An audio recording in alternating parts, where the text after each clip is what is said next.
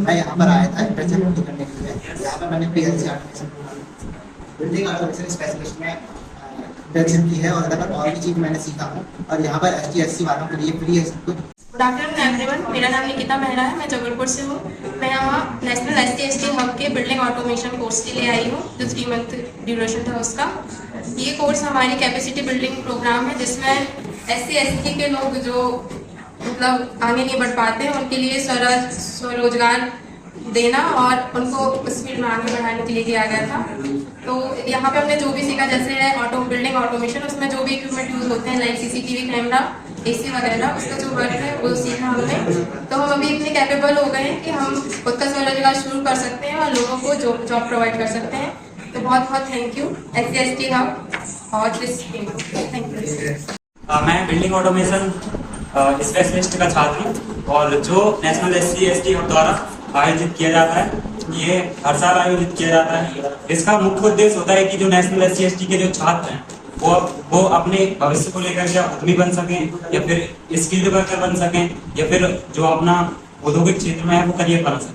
तो हमने सीखा कि जो हमारे साथी हैं वो कुछ तो उद्यमी बन भी चुके हैं और किसी की जॉब भी लग चुकी है। तो कहीं ना कहीं बहुत ज्यादा बेनिफिट हुआ है और स्किल्स काफी अच्छी यहाँ पर मिली हैं। हमें रोज रोज कुछ ना कुछ नया सीखने को मिला है, क्योंकि हम कॉलेजों में पढ़ते हैं ना कहीं हमें थ्योरी पढ़ाई जाती है, लेकिन हमने यहाँ आकर कुछ ना कुछ प्रैक्टिकल देखा और हमने सीखा।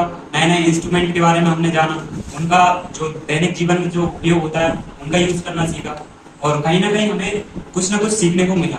और अगर रिव्यू करने की बात आती है तो नेशनल SC/ST जो हब का जो प्रोग्राम है बिल्डिंग ऑटोमेशन स्पेशलिस्ट, वो काफी अच्छा है और ये काफी बेनिफिट हमें भविष्य के लिए हुआ है। और हम चाहेंगे जो हमारे साथी हैं जो SC/ST में काफी कमजोर वर्ग से आते हैं वो आकर इस प्रोग्राम को ज्वाइन करें और इसके बाद में अपने भविष्य को बेहतर बना सकते हैं। Thank you. Good afternoon everyone, मैं ST/SC हब के थ्रू क्रिस्प में बिल्डिंग ऑटोमेशन स्पेशलिस्ट में एक स्टूडेंट के तौर पर प्रोग्राम को कंप्लीट करने के लिए आई हूँ। यहाँ पर बिल्डिंग ऑटोमेशन स्पेशलिस्ट में हमारे जो भी फैकल्टी यहाँ पे जिन्होंने हमको अच्छी स्किल दी है और ऑटोमेशन के अंदर जो भी हम कंपोनेंट्स यूज होते हैं और कैसे ऑटोमेशन आगे हो सकता है, वो सारी जानकारी इस automation specialist building automation specialist program में हमारे फैकल्टी द्वारा हमको बताई गई है सारी बातें। और हम जैसे ST/SC हब के थ्रू ये प्रोग्राम ऑर्गेनाइज कराया जा रहा है, तो ST/SC स्टूडेंट्स के लिए काफी अच्छा है इसमें फ्यूचर बनाने के लिए। ST/SC हब के थ्रू और भी प्रोग्राम कराए जाते हैं जिसमें सभी ST/SC स्टूडेंट्स इसमें प्रोग्राम में पार्टिसिपेट करके ट्रेनिंग लेके अपनी स्किल डेवलप करके आगे अपने फ्यूचर में आगे अपनी स्किल डेवलप करके आगे बढ़ सकते हैं। और मैं इसके लिए ST/SC हब को और हमारी क्रिस्प टीम को धन्यवाद कहना चाहती हूँ। Thank you. Good afternoon everyone, मैं क्रिस्प भोपाल की स्टूडेंट हूँ और हमारे बैच का नाम है बिल्डिंग ऑटोमेशन स्पेशलिस्ट, जिसका बैच कोड नंबर है SDEE-BAS 240128 और ये ऑर्गेनाइज करवाया है नेशनल ST/SC हब के थ्रू, जिसमें हमें हमारा ट्रेनिंग सेंटर क्रिस्प भोपाल के थ्रू हम लोग ने ये ट्रेनिंग ली है। बिल्डिंग ऑटोमेशन ट्रेनिंग अगर इसकी बात की जाए तो ये है तो बहुत बड़ा और 2-3 मिनट में बताना इम्पॉसिबल है, लेकिन फिर भी मैं उतने डीप में ना जाते हुए बहुत कम शब्दों में बिल्डिंग ऑटोमेशन के बारे में और नेशनल ST/SC हब के बारे में आपको थोड़ी जानकारी दूंगा। तो हम लोग का बिल्डिंग ऑटोमेशन है जिसमें हमारे कई मॉड्यूल थे, instrumentation, basic electronics, drive, power electronics, ECR, PLC, SCADA ऐसे। और इसमें हम लोग बिल्डिंग ऑटोमेशन में हम स्मार्ट सिटी बोल सकते हैं कि हम हमारे सिटी को हम स्मार्ट कैसे करते हैं, बिल्डिंग को हम ऑटोमेटिक कैसे कर सकते हैं। और नेशनल ST/SC अब एक बहुत अच्छा काम कर रही है नेशनल ST/SC बच्चों के लिए, जो बच्चे नहीं पढ़ पाते हैं, क्योंकि नेशनल ST/SC बच्चों को बहुत प्रॉब्लम्स झेलनी पड़ती है, लेकिन उन लोगों को नेशनल ST/SC हब ने ये अपॉर्चुनिटी दी है कि तुम स्किल्स अपने बिल्ड करो और आगे जाके अपना बिजनेस करो या जॉब करो, ताकि वो अपने आप में काबिल हो सके। तो नेशनल ST/SC हब और फिर भोपाल का मैं धन्यवाद करती हूँ, बहुत बहुत धन्यवाद। गुड आफ्टरनून एवरीवन, मेरा नाम मुन्ना खत्तर और मैं मैथमेटिशियन से बिलोंग करता हूँ। अब मैं यहाँ क्रिस्प भोपाल में आया हूँ एक स्टूडेंट के तौर पर। यहाँ पर नेशनल ST हब द्वारा एक ट्रेनिंग कोर्स कराया जा रहा है जिसका नाम है बिल्डिंग ऑटोमेशन स्पेशलिस्ट। ये कोर्स सभी बिल्डिंग्स वगैरह में ऑटोमेटिक तरीके से काम करने के लिए जो वहाँ पर जो मशीनें वगैरह रहती हैं वो ऑटोमेटिक तरीके से काम करती है, तो उस चीज़ को करने के लिए जो ऑटोमेटिशन का है वो उसका यूज़ किया जाता है। उसी चीज़ का नेशनल है उसी कोर्स को कंडक्ट कर रहा है, जो कि अनुसूचित जाति अनुसूचित जनजाति के लिए बहुत ही बेनिफिट्स ला रहा है, बेनिफिट्स है। और इसमें निम्न वर्ग के जो अनुसूचित जाति जनजाति के जो लोग हैं उनके बच्चे जो पढ़ नहीं पाते अच्छे से, उनको ऊपर लाने के लिए, अनुसूचित जाति जनजाति को ऊपर लाने के लिए उनको एक उद्यमी के तौर पर अपना एक बिजनेस डाल सके या फिर अपना एक जॉब क्रिएट कर सके। उसके लिए मतलब ये नेशनल स्किल बहुत अच्छा कोर्स करा रहा है, जो कि सभी के लिए बहुत अच्छा है। नेशनल स्किल द्वारा जो कोर्स कराया जा रहा है, मैं नेशनल स्किल हब और क्रिस्प फैकल्टी को बहुत बहुत धन्यवाद देना चाहता हूँ। ये कोर्स में उन्होंने क्रिस्प फैकल्टी का बहुत बड़ा योगदान रहा है। उन्होंने बहुत अच्छे तरीके से हमें 3 मंथ की ट्रेनिंग दी है, हमने बहुत कुछ सीखा है, हमारी स्किल से बहुत डेवलप हुई है वहाँ आके। हम बहुत अच्छा कोर्स रहा है। मैं सबको धन्यवाद देना चाहता हूँ नेशनल स्किल हब को भी और क्रिस्प को। Thank you. Good afternoon everyone, मैं राजेश नमस्कार।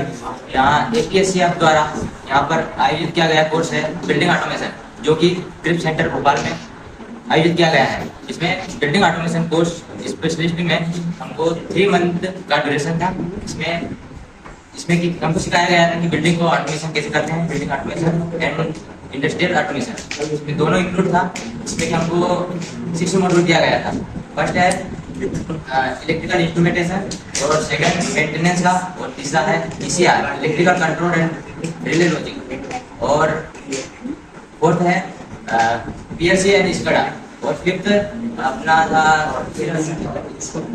पावर ड्राइव, एंड लास्ट वाला था कि इसमें अपना क्या था सीसीटीवी कैमरा। तो हमने बिल्डिंग ऑटोमेशन करने के लिए हमने बेसिक कंपोनेंट यूज किए, इसमें कि सेंसर वगैरह relay and motor drive, motor control करने के लिए, जिससे कि हम इंडस्ट्रियल कंट्रोल कर सकते हैं, हम ऑटोमेशन कर सकते हैं। इसमें कि एसटीएससी हमने हमारा बहुत सारे बेनिफिट दिया है हमको, ताकि हम आगे इसको और भी कर सकते हैं। Thank you. Everyone, my name is Vikram Kori, और हम इधर डिप्लोमा कंप्लीट करने के बाद आए थे इधर। और इसमें नेशनल एसटीएससी हब के द्वारा हमें बिल्डिंग ऑटोमेशन कोर्स के बारे में बताया गया, और हमें बताया गया कि कैसे इंस्ट्रूमेंट का यूज करना है। इसके पहले मैं इंस्ट्रूमेंट को केवल पढ़ा था, यहाँ आया तो उनका प्रैक्टिकल यूज कैसे इनका इस्तेमाल होता है, और ये सब मैंने सीखा और प्रैक्टिकल किया। और इसके लिए मैं नेशनल एसटीएससी हब को बहुत शुक्रिया अदा करना चाहूँगा। मल्टीमीटर 2 टाइप के होते हैं, एक एनालॉग होता है, एक डिजिटल होता है। इसमें हम 3 प्रकार की चीज़ें चेक करते हैं, करंट, वोल्टेज और रेजिस्टेंस। करंट, वोल्टेज और रेजिस्टेंस। तो डिजिटल मल्टीमीटर और एनालॉग में क्या डिफरेंस दिख रहा है आपको? सर इसमें ये दिक्कत कि ये डिजिटल में सर आपको नंबर दिख जाते हैं, और एनालॉग में सर वही आपको बताएगा, ठीक है ना। जब डायोड मोड में चेक करेंगे ना, तो फाइन साइड या फाइन शिफ्ट जो बता रहा था ना, 0.6 वोल्ट में बताएगा, ठीक है ना। कंडक्शन मोड में हम टेस्ट करते हैं तो वोल्टेज बताएगा। Very good. और आप बताइए इसमें क्या क्या कंपोनेंट लगे हैं? ये क्या चीज है भैया? एसएमडी टेस्ट होता है, जिसमें हम इंडक्टेंस, कैपेसिटेंस और रेजिस्टेंस चेक करते हैं। इसके लिए एक ये मोड रहता है जिस पर हम सेट करते हैं, और एक विदाउट उसके रहता है, डायरेक्ट हम कंपोनेंट पर लगाते हैं एसएमडी पर, ऑटोमेटिक वैल्यू जैसे कि हम ऑटो करिए इसको ऑटोमेटिक मोड में सेट कर रखें। तो जो सा जो कंपोनेंट अपने यहाँ जो एसएमडी या लीड कनेक्टेड है उसको कनेक्टेड है, तो उसका वो ऑटोमेटिकली उसको कर देगा। यदि वो रेजिस्टेंस है तो उसको ओम में वैल्यू हो जाएगी, यदि वो कैपेसिटेंस है तो फैराडे में जाएगी, और यदि वो इंडक्टेंस है तो हेनरी में जाएगी, Henry milli henry. Very good. अच्छा ये बताइए पीसीबी क्या होती है? पीसीबी प्रिंटेड सर्किट बोर्ड कैसे बनाई जाती है? पीसीबी डिजाइन करने के लिए उसका कंप्यूटर के द्वारा उसकी पूरी डिजाइनिंग होगी, और उसमें जो यूज होंगे इंटरफेस कंपोनेंट उसको वहाँ उसमें अटैच करने के साथ साथ उसमें कम स्पेस में अच्छे से डिजाइनिंग करके यूज कर सकते हैं। पीसीबी यदि हम बनाते हैं, पीसीबी का इजाद नहीं होता तो क्या प्रॉब्लम आ रही है? सर पहली बार तो सर स्पेस किया रही थी सर, एसपी और इसके बाद में सर कॉस्ट काफी लग रही थी सर, कास्ट काफी। लेकिन डिफिकल्ट वे इसको सर हम वायरिंग करके बहुत सारी पीसीबी का इजाद नहीं होता था, वायरिंग से ही सब चीजें जुड़ी जाती थी, तो उसमें क्या प्रॉब्लम थी वायरिंग? सर इसको सर रिपेयरिंग करने के लिए बहुत कॉम्प्लिकेटेड होता था सर्किटों को पता लगाना, और इसकी जो मेंटेनेंस दिख जाना वो होता है, मेंटेनेंस होता है बस ये शॉर्ट सर्किट भी होती है। देखा जाए सर जो कंपोनेंट ट्रेसिंग बड़ा दिक्कत होता है, ट्रेसिंग करना Yes, कौन sir. सा है काम है Yes. आप तेल वगैरह डालने का जी। दिक्कत। तो पीसीबी बनाने के लिए हम एक एचिंग सॉल्यूशन होता है, वो कौन सा सॉल्यूशन होता है बताइए? पीसीबी बनाते हैं ना अपन उसको, क्योंकि हमने सर्किट बनाया, उसकी डिजाइन बनाया, यस सर। तो हमने पेंट कर दिया जो हमको कौन सी करना है। सर पेंट इस पे करते हैं ताकि वो कंपोनेंट सेफ्टी तो कौन सा मटेरियल, कौन सा केमिकल रहता है जिसपे हम उसको उसके होल में हम उसको डालते हैं मतलब उसको एचिंग के लिए ये सर हाँ इंसुलेटेड इंसुलेटेड कौन सा मटेरियल होता है? केमिकल मटेरियल का नाम मैंने आपको बताया था।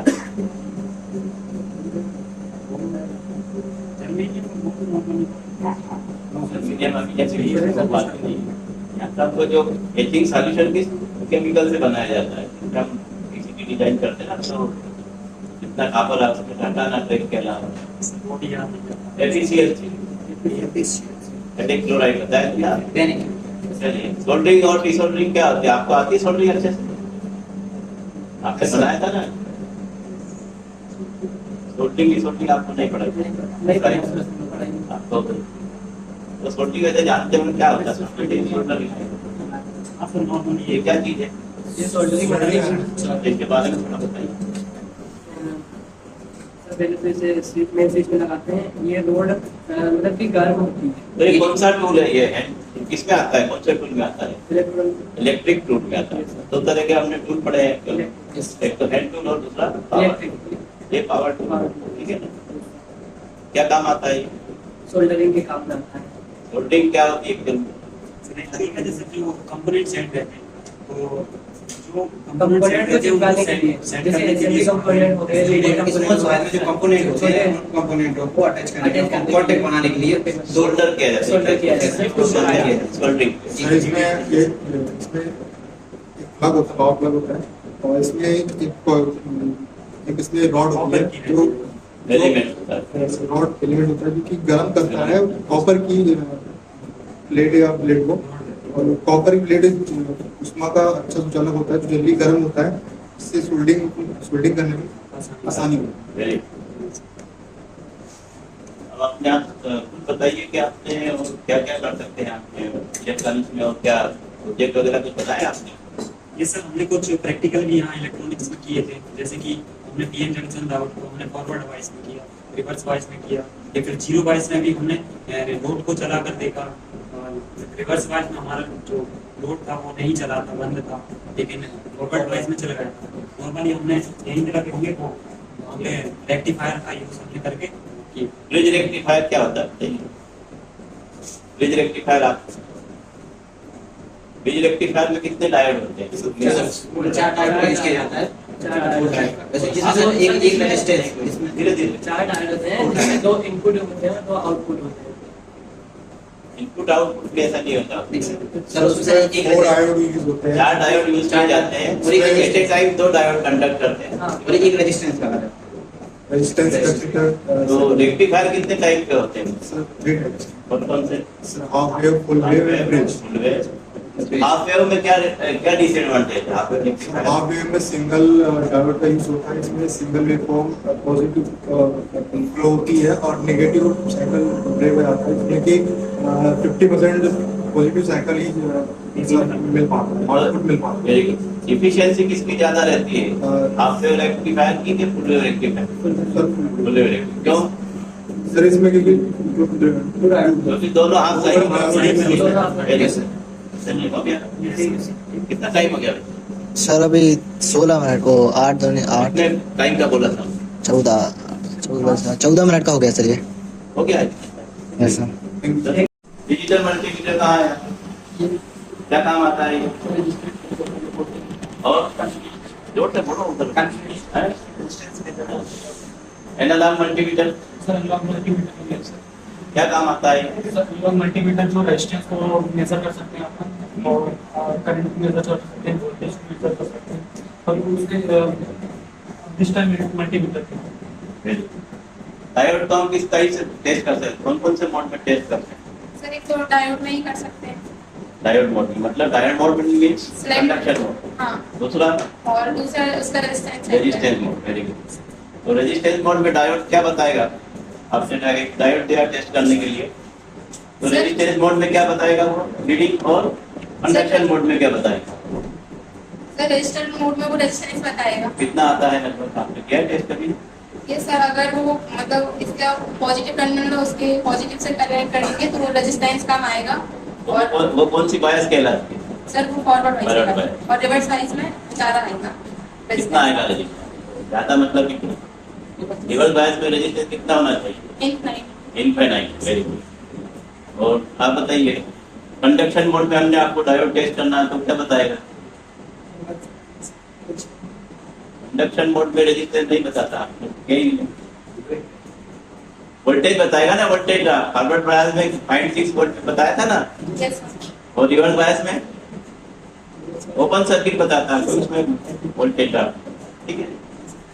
तो ये ट्रांसफार्मर बताइए आप, ट्रांसफार्मर कहाँ है यहाँ रखा हुआ? क्या काम आता है ट्रांसफार्मर? ट्रांसफार्मर जो होता है वो कई प्रकार के आते हैं, स्टेप अप, स्टेप डाउन और सिबलिंग और पीटी भी आता है। पीटी भी आता है। और ट्रांसफार्मर में कितनी वाइंडिंग होती सब वाइंडिंग होगी, है? प्राइमरी दो वाइंडिंग। ऐसा ट्रांसफार्मर बताइए जिसमें एक ही वाइंडिंग होती है। पढ़ा है ना? Sir auto auto transformer. Very good. Auto transformer में कॉमन रहती है। कॉमन स्टेप अप ट्रांसफार्मर है एक, ठीक है ना, तो उसको हम स्टेप डाउन के रूप में यूज कर सकते हैं। सर उसमें वाइंडिंग क्या कंडीशन रहेगी? आपको एक ट्रांसफार्मर दिया 230 से को 12 वोल्ट में स्टेप डाउन कर सकता है। अब उस ट्रांसफार्मर को मैं स्टेप अप के रूप में यूज कर सकता हूँ? क्या कंडीशन रहेगी उसके लिए?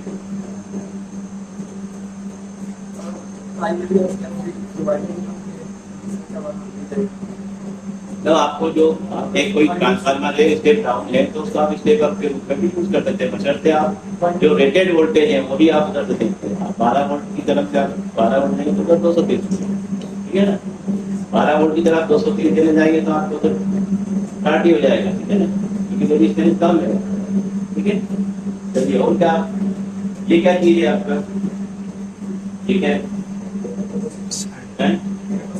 कौन सा कैपेसिटर? 15 तरीके के कैपेसिटर पड़ा है, कौन सा कैपेसिटर है?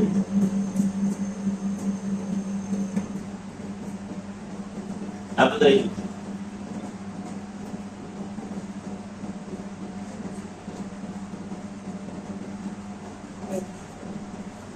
आप बताइए। कैपेसिटर तो आप अच्छे से सकता है, इलेक्ट्रोलाइटिक कैपेसिटर है, उसमें के नेगेटिव टर्मिनल होता है, पॉजिटिव होता है, उसमें एरो बनाए नहीं।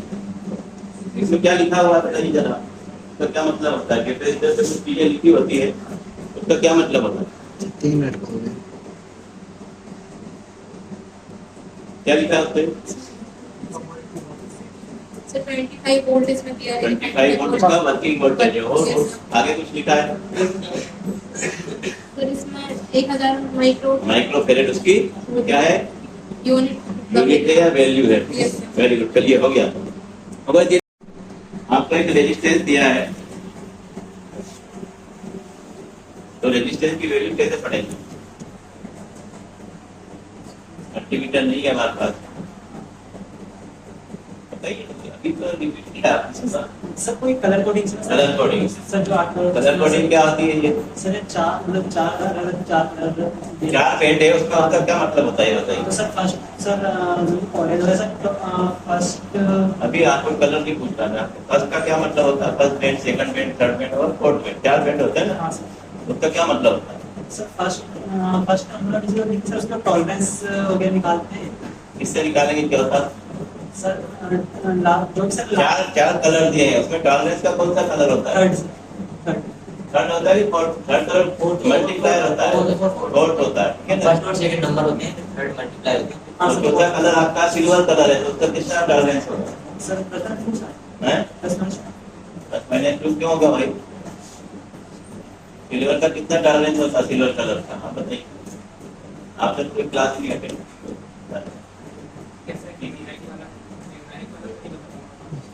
10% होता है ना सिल्वर का, चौथा कलर पे सिल्वर है तो उसका 10% होगा, गोल्डन होगा तो बताइए 5%, और कोई कलर नहीं होगा तो 0 क्यों होगा, 20% होता है उसका।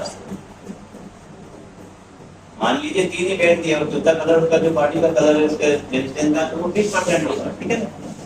चलिए मल्टीमीटर से आप कैसे पढ़ेंगे? मल्टीमीटर सर उसको रेजिस्टेंस मोड में सेट करेंगे, उसके बाद रेजिस्टेंस पे लगाएंगे, उसके बाद वैल्यू शो करेंगे। एक मल्टीमीटर दिया और एक डायोड दिया है मैंने आपको, तो कितने तरीके से हम डायोड को टेस्ट कर सकते हैं मल्टीमीटर?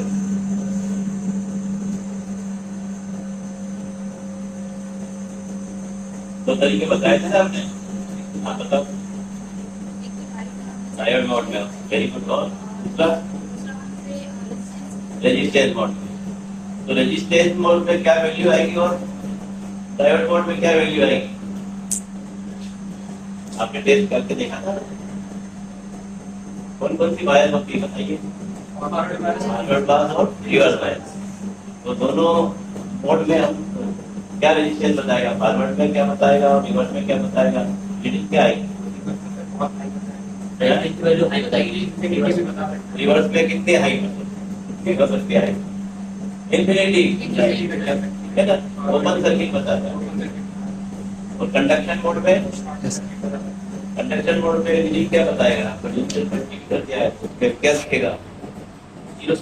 जीरो क्या दिखेगा? इसमें रेजिस्टेंस उठाइए, रेजिस्टेंस को हम कैसे पढ़ते हैं, मतलब उसकी वैल्यू कैसे पता करेंगे? कितने तरीके बताया हमने आपको रेजिस्टेंस की वैल्यू पढ़ने के लिए? आप बताइए। सर एक तो मल्टीमीटर से चेक कर सकते हैं, मल्टीमीटर नहीं है आपके पास, तो क्या करेंगे? एक कलर कोडिंग से। कलर कोडिंग से। कलर कोडिंग आपको दिखी ना? एक 33 किलो ओम का रेजिस्टेंस है, उसकी कलर कोडिंग बताइए। 33 किलो, 33 किलो।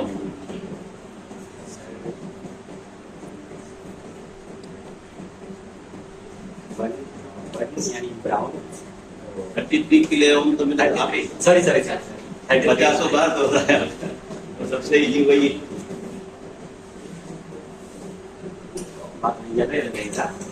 येलो कहाँ है? येलो का तो 4 होता है।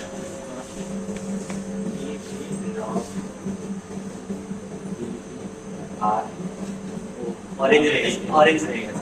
कितने ऑरेंज रहेंगे? 2 ऑरेंज रहेंगे और इसके बाद 0 ब्राउन रहेगा, फिर इसके बाद ब्राउन कहाँ आ गया? 33 किलो मतलब 33,000 ओम, 3 और 3 जीरो, तो कौन सा 3 जीरो के लिए आप कौन सा कलर यूज करेंगे? 3 0 के लिए ऑरेंज यूज करेंगे, सीधी शर्ट बात।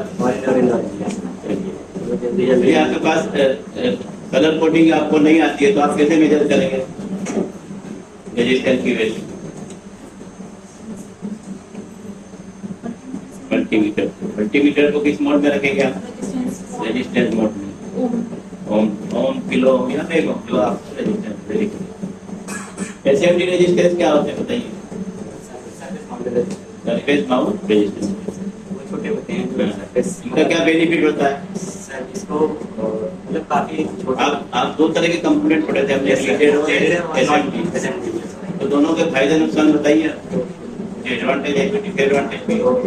ये मतलब सरफेस कम लेते हैं और मतलब जो वो रहता है अपना पीसीबी रहता है उसके वन साइड में ही लगता है, मतलब वन साइड में होता है, सरफेस के ऊपर इसको माउंट किया जाता है। और लीडेड को दोनों साइड में मतलब उसकी वायरिंग होती है वो नीचे से करनी पड़ती है, मतलब वायरिंग नहीं बोलते उसको, ट्रैक बना होता है, वायरिंग नहीं है, वायरिंग का कोई यूज नहीं है, है ना। तो उससे ना वो स्पेस ज्यादा ले लेता है। पीसीबी के क्या एडवांटेज है और डिसएडवांटेज? पीसीबी हमने क्यों बनाई? इसके पहले वायरिंग करके बनाते थे, तो दोनों के फायदे नुकसान बताइए। काम देता आपने बहुत बता दिया।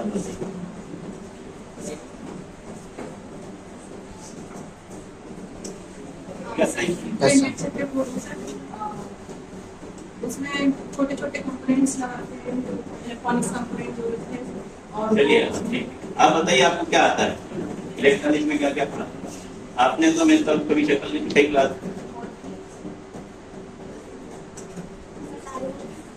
डायोड क्या होता है?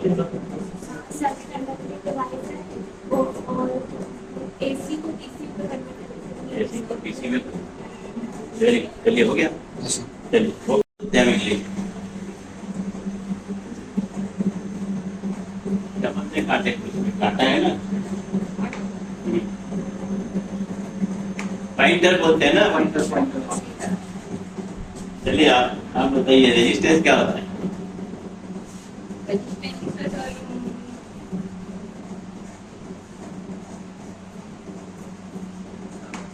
आप बताइए।